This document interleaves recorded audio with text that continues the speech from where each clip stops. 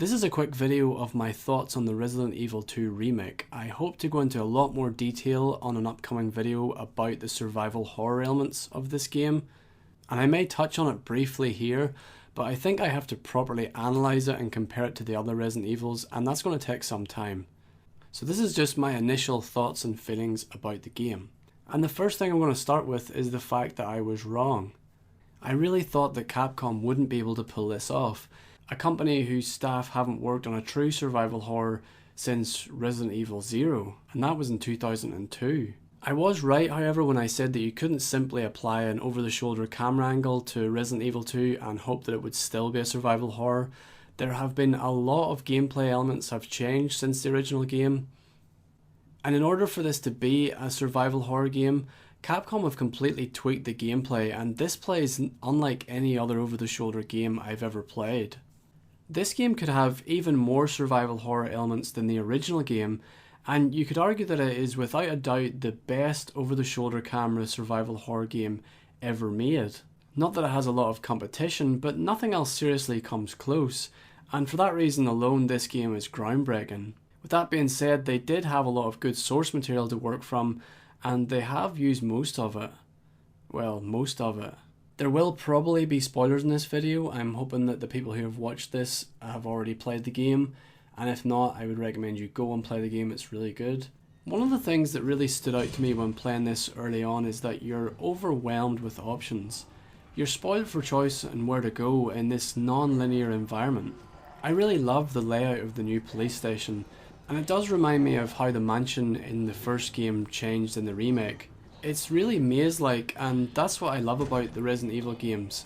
No matter how many times I replay old Resident Evil games, I still get lost all the time and have to really think about how to get from one part of the mansion or police station to the other. And the same is true with this remake. Even once you unlock all the doors, it's still a bit of a maze to get around. And that's the way a good survival horror should be. It's almost a little disorientating to run around in here. And what makes it worse is that if you're getting chased by Mr. X or a zombie, it just adds to the tension. The environments in a game like The Evil Within pales in comparison to this remake because it's so linear and you're just usually going from one point to the other. I can't tell you how refreshing it was to not know where to go next or to do a little bit of backtracking. I haven't done that in a game for a very long time. And when I say overwhelmed with options, overwhelmed is a poor choice of words because there's a negative association with its use, but I don't mean it in a bad way. I remember various times while playing picking up a few items. Maybe one of them was a key item and then one was a secondary item, or sometimes having 3 different items and not knowing which order was the best to use these items or where I should visit next. These kind of choices just really add to the replay value because you can do it different every time you play, and it's good to feel overwhelmed. You should feel overwhelmed when playing a survival horror game. Another thing that really stuck out to me is the efficiency of the game. This is a very stressful game for someone on the outside looking in that maybe have never played a survival horror. There's a lot of item management in this game, and using your items at the right time really makes a difference. But I find a lot of satisfaction in organisation. I think this is one of the best Resident Evil games for item management. Knowing which enemies to shoot and which to avoid makes all the difference in how difficult your playthrough is going to be. Resident Evil 0 was probably one of the most item management intensive games I've ever played, and the Resident Evil 2 remake is similar but a lot more streamlined and user friendly. What makes me laugh is the thought of fans of Resident Evil 6 playing this game and having no thought for item management or preserving their ammo or health. People who play this as an action game will really struggle. And I've always been used to hoarding ammo and health in Resident Evil games, usually for just to make the bosses a little bit easier. And although I found my second playthrough with Claire was a little bit harder, I saved the ammo and health much better, to the point that before I got into the sewers I had quite a huge stockpile of gunpowder and health. But then I found I used most of that health and gunpowder in the sewers because there's some quite difficult parts in there, and enemies that are very hard to avoid. Something I thought that would really bother me about this game is the fact that the zombies don't die from headshots. That was until I started playing the game whenever I got my hands on the demo and realised that it really does work. For reasons that I'll explain when I talk about my survival horror golden rules. But the way I see the Resident Evil 2 remake is it's the Return of the Living Dead of the zombie game world. For those that don't know, Return of the Living Dead is the only movie where headshots don't kill the zombies. And because of this, the movie is so much scarier than every other zombie movie I've watched, because it takes you out of your comfort zone, which is exactly what survival horror games should do. By making the zombies not die from a headshot, Capcom have solved the problem of making the game too easy with an over-the-shoulder camera. And this is actually how the guns acted in the original game. I like to think about this as the zombies being more robust, not the guns being less powerful. I am aware, however, if you turn the dials it doesn't really matter. The zombies being less or more robust, the guns being less or more powerful, the end result is still the same. And I think there's a way you can justify this. In some zombie movies it tells you that you have to destroy the brain, so in some cases a single shot to the brain might not be enough to kill or stop a zombie completely. So you can see why a shot to the cheek or the face isn't going to be enough to destroy the brain. And also the outbreak has just occurred. We're at the beginning of the outbreak here. If you watch the TV series The Walking Dead, it takes place months after the outbreak, so the zombies are rotting and falling apart, and you can see why a one single shot to the head might kill them. But the zombies in Resident Evil 2 have almost no rotting, they're just pretty much recently turned, and it would make sense that they're more robust and would take many more shots to kill. And there is one thing that no one is talking about or admitting, and that is that the zombies do die from headshots. Look at all this footage of me killing zombies with headshots. If you have one of the magnums or you score a good headshot with the shotgun, it will stop the zombies. It's just that the game doesn't allow you to do this too often because it would make it far too easy and make it feel a lot more like an action game. Back in 2011 I set out 7 golden rules for survival horror, and I was really surprised that every single one of these rules are met in this game. I think the resources are more scarce in this game than in the original. I was really surprised how the game would follow the no control over how successful your attack will be rule, because you have control over the camera and where you aim your gun. But headshots are super temperamental. The odd time you can just pull one off at random with a pistol, and even shooting off limbs and things like that are never really, they don't feel guaranteed. And for that reason there's no control really, at least no control of how successful it will be. You can just keep shooting and hopefully stun the enemy or drop them to the ground, but normally in over the shoulder games I've always found there's a very specific set number of bullets it takes to kill an enemy, and it's pre-programmed into each enemy, so it'll always be the same. But every zombie you fight in the Resident Evil 2 remake, it feels like the encounter's slightly different. They don't all seem to have the exact same amount of health and the exact same number of bullets will down them or shoot off a limb or stun them or anything like that, which makes nothing guaranteed and it really adds to the tension. The unexpected attacks is covered with zombies bursting through windows, and being able to board them up was pretty cool. But also Mr. X, there's lots of unexpected times where he would just come out of nowhere. Puzzle solving might not seem like an important rule, and it's certainly not as important as the other rules, but it's a good divider between survival horror and action games. In most action games, the closest you'll get to puzzles is repeatedly tapping a button or turning a handle with your analog stick. And not just that, but action games makes a point of telling you how to complete these mundane tasks. Genuine puzzle solving will not hold your hand in this way, and I found that with the Resident Evil 2 remake. The puzzles are challenging, but not so challenging to make you have to look up a guide or spend too much time working them out. You definitely have to evade many of the enemies, especially if you want to keep some of those scarce resources. I always thought there was an interesting balance between Golden Rule 1 and Golden Rule 5. Because like I said, on my Claire playthrough I actually had quite a few resources, but it's only because I evaded the enemies a lot more. I always think it's an interesting trade-off, saving your resources and avoiding enemies, and this happens constantly while playing the game. I think Golden Rule 6 is intact. The zombies, you are more vulnerable than the zombies. The lickers, you're definitely more vulnerable than them, and Mr. X is pretty much invincible.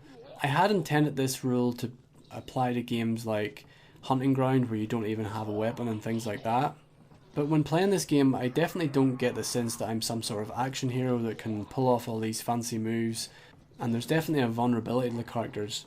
And like I mentioned earlier, the police station's a total maze, and what makes it even more maze-like is that when you play it through with different scenarios, different doors are open and locked. So if you're playing through as Leon, then some doors aren't even accessible until you actually play the second playthrough with Claire. I remember whenever this game was coming out, I was thinking it would be cool to see some new enemies, and something like what the Crimson Heads were in the Resident Evil 1 remake. And we pretty much got Crimson Heads in this game, which I was really excited about. And I'm talking about the plant enemies in the lab later on. These enemies are basically a mix between the Resident Evil 4 Regenerator and the Crimson Heads from the Resident Evil 1 remake. The reason they're like the Regenerator is because there's 4 or 5 key points you have to shoot on them for you to actually down them. And once they're on the ground, you'll see their vines kind of flailing about, and that's an indication that they're still alive. A bit like when the Crimson Heads turned red when they were lying down, you knew eventually they would get back up. I've done a few tests and I downed a few of them like over and over again, and even downed them with the flamethrower. But unless you burn them when they're on the ground, they just keep coming back, which I thought was a really nice touch. In fact, this is a perfect demonstration of a remake done right. This is an example of Capcom taking something, a kind of insignificant enemy that was just kind of cool to look at from the original game, and giving them a new purpose and giving them something unique for this area that was another hazard to look out for. The game gives you the flamethrower conveniently when you need it, right before you go to the labs. And when I picked this up, I thought to myself, I'll keep this for later in case I need it. And I was right. I mean, this gun is more like an item than a gun. If you went ahead and wasted it in the sewers or on other zombies, you would really struggle against these plant enemies because they would just keep coming back every time you entered the room. And anyway, I knew not to use a flamethrower against a zombie because a zombie charging at you is bad enough, but a zombie on fire charging at you is much worse. I want to briefly talk about the soundtrack. I don't normally talk about this when I'm talking about games. It rarely even comes into my head. And I know a lot of people are complaining about the new soundtrack, so I thought I would just address it a little bit. So I got the standard edition, which didn't come with the original soundtrack. So more or less as soon as I started playing the game, I went and downloaded the soundtrack for a couple of £. Really just to check it out and just to test. One thing that I wondered before I got the game was, I noticed that the title screen wasn't doing the classic Resident Evil announcer voice. And I thought to myself, I wonder if you buy the classic soundtrack, do you get that? And I'm happy to say that you do. And it's just something nostalgic, really. And even whenever I was playing the game, I would only put the soundtrack on just for nostalgia reasons and then quickly switch back to the new one. I've seen people complain that the new soundtrack isn't as memorable as the old one. And of course they're right, but the reason for this is that the new soundtrack isn't really a soundtrack, it's just background atmosphere. Sometimes music can be a little bit overpowering in a game, and I don't think the focus should be really on the music anyway.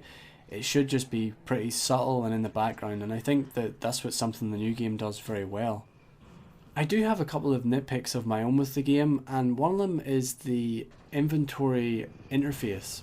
It just looked really bland to me, there just wasn't a lot happening on it. I always liked how the different Resident Evil games had a really unique way of displaying things, and I just felt like the new one was kind of bare. Probably Capcom didn't want you spending too much time in the inventory, and I can understand why it kind of does break the tension. I am glad, however, when you do go into your inventory it pauses the game. I don't like it when games leave that option out. If I'm combining things, I just want to have a little free time to do that, even if it does break the tension for that particular fight or whatever you're doing at that time. I mean, it's not game breaking or anything, I preferred the older one, I just thought it looked a little bit nicer. But I do like how if you go into your bottomless box, you can actually, there's a sort button now, so it just quickly sorts your inventory into all the different things. Kind of saves a little bit of time. Another nitpick I have is that I felt like the streets weren't nearly as good or as long as the original game. Spoiler alert here again, but if I originally thought that they had completely taken the bus section out, but it turns out you actually get to see that later on in the game. And I can't honestly tell if I didn't like it as much because They just weren't, it wasn't as interesting to look at, or that it was because in the original game it was a fixed camera angle and it showed off a lot better. It just kind of built a lot better atmosphere with a fixed camera angle because the director could position the camera in more interesting ways. For the small sections you do get to see, I did like it, but I actually wonder if they're just teasing that and we're going to wait until Resident Evil 3 before we get more of the city. Again, this is just a nitpick, and it's something that I think was done better in the first game, which is kind of rare, to be honest. Like, most things I think are actually done better here. And just because I mentioned the fixed camera angle, I do miss it, and I still would love a Resident Evil 2 remake with a fixed camera angle, but I still go back and play the Resident Evil 2 Origins collection, so there's plenty of fixed camera angle games for me to play. Honestly, my biggest fear in moving away from the fixed camera angle was that we would lose some of the other survival horror elements that the game had. I didn't see how that you could maintain the no control over how successful your attack would be with an over-the-shoulder camera, or how you would evade enemies with an over-the-shoulder camera. I just assumed that the minute you went over the shoulder, all enemies would die from a headshot and it would just turn into an action game. I'm really surprised at the lengths Capcom have went to keep this as a survival horror game, for them to even care and even to want that to be the case. Probably the poor reception of Resident Evil 6 is something that played on their minds. At this point, I'm just excited to see that we have a new survival horror game finally after so long. I think the last really good survival horror game I played was Alien Isolation, and it surprised me to find out that it was 2014 that game came out. So good survival horror games are pretty few and far between, and I'm really excited to see what Capcom does with this. I would be surprised if they didn't remake Resident Evil 3, and also maybe make like a Resident Evil 8 sort of game where they actually stick to this over-the-shoulder survival horror gameplay. The hard work's already done. And when I was playing the game, like very early on, I was thinking to myself, I would love to see how some of the other survivors from the city got on. Like, I want to know more about Raccoon City and explore it in this third-person survival horror gameplay. And then a couple of days later it was announced that there would be free DLC, which is actually out at the minute, and I've only played a tiny amount of it. It kind of reminds me of the Mercenaries game type, and also the Hunk special mode.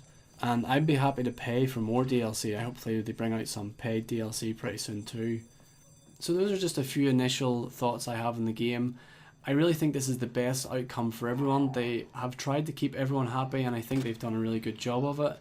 They've kept people that don't like fixed camera and tank controls happy, and they've kept survival horror games fans happy, so it's kind of a win-win really. It kind of goes without saying, but I'll say it anyway, I still would like a fixed camera angle game, but that might never happen, so I'm just happy to be playing a survival horror game. I should have a video up pretty soon. I'm writing a script with a friend on the survival horror elements in the game. Me and him are going to go into a lot of detail on that, and please keep an eye out for that video, and I'll leave a link to it once it's available. Thanks for watching, and I'd love to hear your thoughts on the remake, so let me know in the comments below, and I'll see you in the next video.